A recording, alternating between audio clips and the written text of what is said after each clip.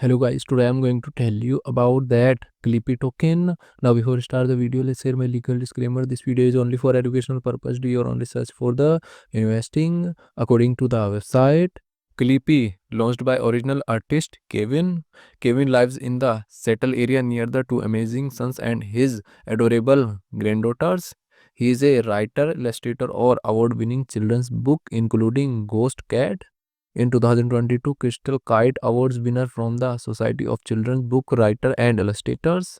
After decades running a graphic design studio, a greeting card company, and a few dalliances in the nutness, he finally settled in with his true joy, picture books. DP token total supply is 999.96 million and circulating supplies around 999.96 million Clippy token. Clippy token is listed on KCS, Bilexi and other exchanges.